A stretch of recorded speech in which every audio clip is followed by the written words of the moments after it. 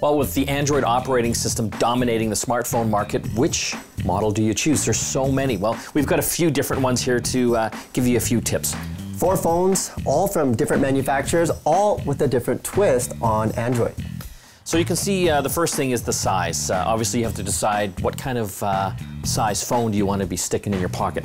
Let's start with clearly the largest one. This is the latest from Sony. It's the Sony Xperia Z Ultra, or the Z Ultra for our American friends. You can see this thing is gigantic. It is the biggest phablet that I know of out there right now with a 6.4-inch screen.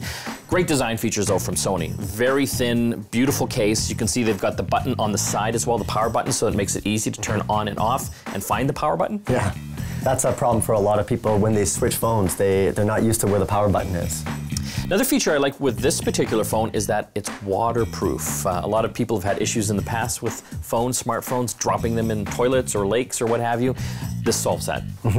It's amazing how they can protect all the different ports on it, but it actually does work. Even the headphone jack, which is exposed, is waterproof, which I don't know how they did that, but some magic going on inside this phone. Another good feature, you know, typically with a phone that size, you're going to be using it a lot for maybe work as well, like spreadsheets and what have you.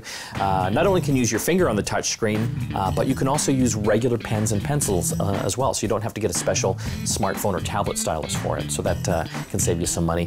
The one downside on this particular phone, the camera, it doesn't have a flash, so if you are a very avid photographer, might not be exactly the smartphone for you, but again, with all the other features built into it, very appealing.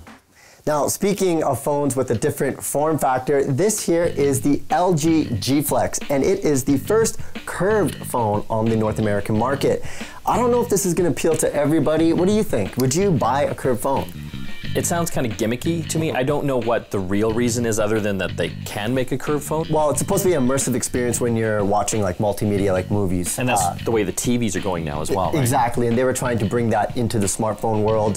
What I really like about the LG phones, one, you'll notice that all the buttons are on the back. So the volume and the power buttons, there's nothing on the sides. But they also have a cool knock-on, knock-off feature, so you just tap it like that, turn it off, and tap it again to basically turn it on. Huge battery, curved battery as a matter of fact, because it's curved, 3,500 milliamps, which makes it one of the longest lasting batteries on any smartphone in the market today. Which is great for a large screen like that. Exactly. Acer took another route into the North American market. They came in with unlocked phones and affordably priced smartphones. This is the Acer Liquid S1. It comes in at 5.7 inches, so you got the nice giant screen again if you're doing a lot of movie watching, web browsing, email typing. The one downside, doesn't have LTE, so you're still using a 3G network. For some people, they might want the faster speed, but the price on this is coming in at $379. Yeah. So if you compare that to other smartphones in that size and capability, you're saving a few $100s. Especially other phablets that are, you know, generally in the $600–700 because they're both a phone and a tablet at once. So again, being unlocked, you can take it to any carrier. I think these ones are available in stores like Staples. And again, if you do bring your own phone to your carrier, a lot of times you can get a discount on your monthly rate as well. So it does save you some money that way.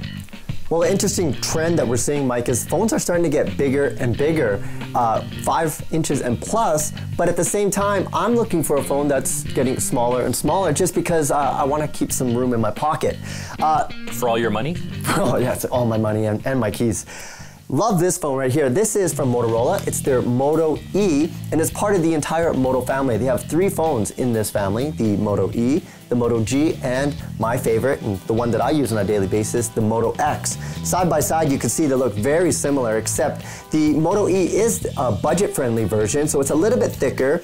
It doesn't have a front-facing camera, so if you're looking to do any kind of Skype calls or Google Hangouts, you don't want to get this phone, but it is a budget-friendly phone. $179 unlocked. And you're getting the Motorola name. And you're getting the Motorola name, which was powered by Google. They actually were just bought by Lenovo, who's trying to make entry into the North American market. So it's going to be interesting to see what they do with this, but for the majority of quote-unquote normal people, I think this would appeal to them because it even appeals to me, and I'm pretty techie kind of guy. Pretty durable as well with the Gorilla Glass on there as well, so that kind of resists scratches and the occasional. And you know what? It was surprising to see that Gorilla Glass on a phone that's so affordable as well. So it's a great feature. It is a little bit bulkier, but it is very small, so it's going to appeal to a lot of people who just want a phone that works. Definitely a lot of Android phones on the market. Hopefully we made your decision making a little bit easier. Does size matter for you? You can see there's the full range. Do you need it locked or unlocked? Definitely a monetary thing to consider. And of course, cameras. Everyone wants to have a decent camera on the phone. Which one is best? I think I'm going to go with the big one. Size does matter for me. Well, I'm going to go for the small one because I like to, you know, I can still see. Can still see. Jerk.